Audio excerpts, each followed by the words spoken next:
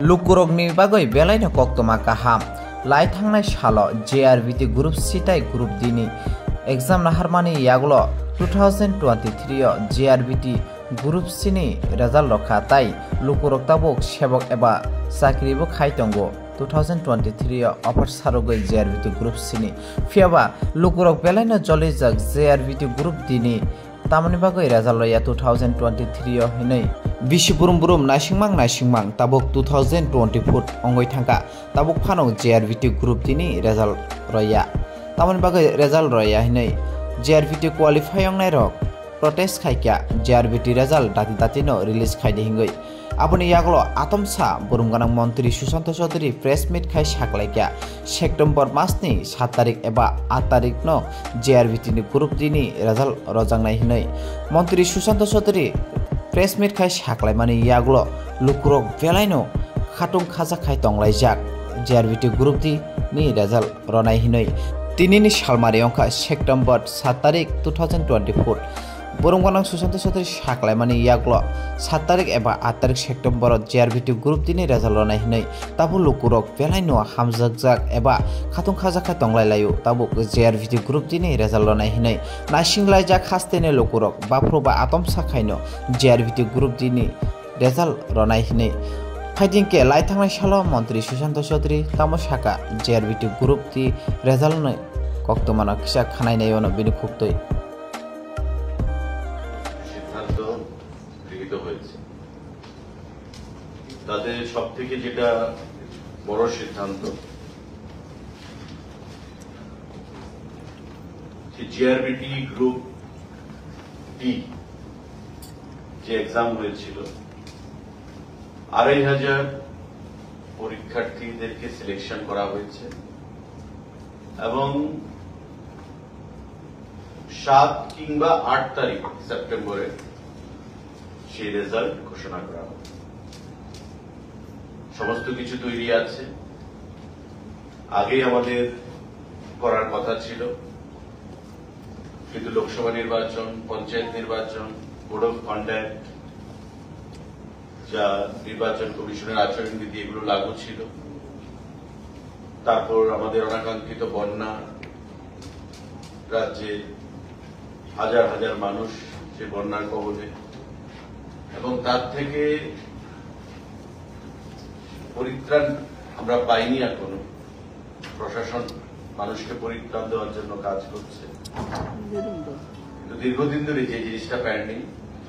রাজ্য মন্ত্রিসভায় সিদ্ধান্ত গ্রহণ করা হয়েছে যে আগামী 7 কিংবা 8 তারিখ এই জিআরবিটির রেজাল্ট ঘোষণা করা হবে যারা পরীক্ষা দিয়েছেন এরা উৎকণ্ঠার মধ্যে আছেন বা বরাবরই আমাদেরকে সামাজিক মাধ্যমে ফোনে বিভিন্নভাবে সংবাদপত্রগুলোর মাধ্যমে জিআরবিটির পরীক্ষার ফলাফল নিয়ে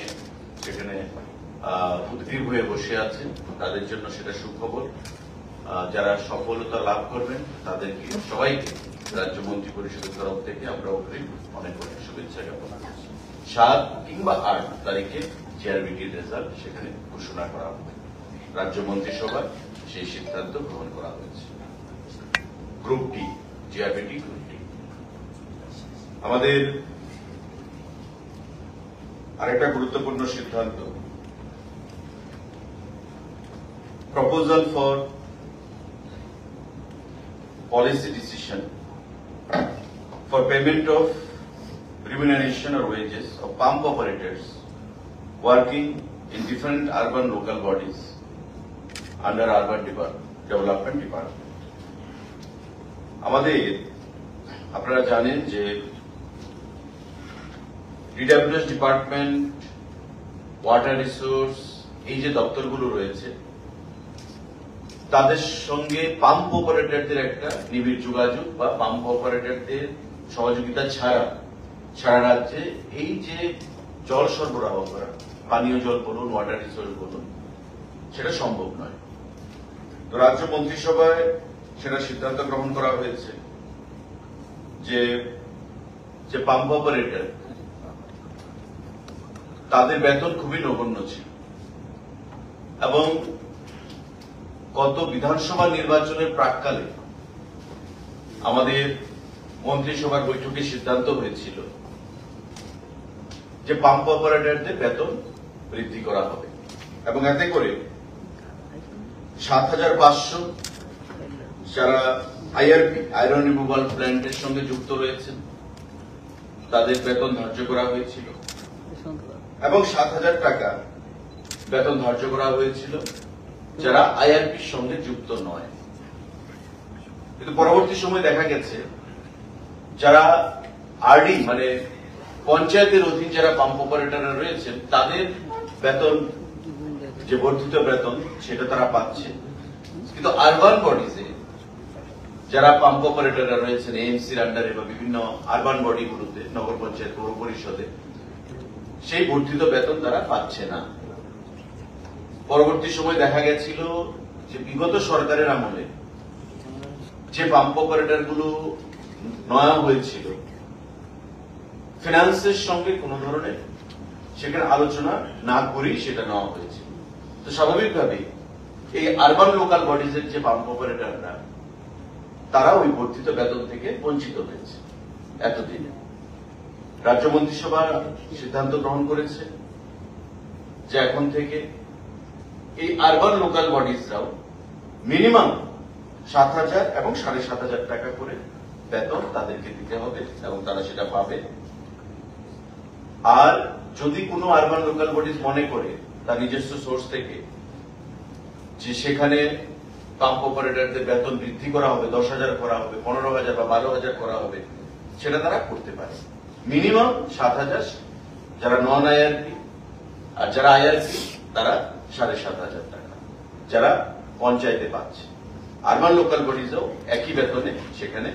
প্রদান করা হবে। এখন থেকে রাজ্য মন্ত্রিসভায় সেটা সিদ্ধান্ত গ্রহণ করা হয়েছে।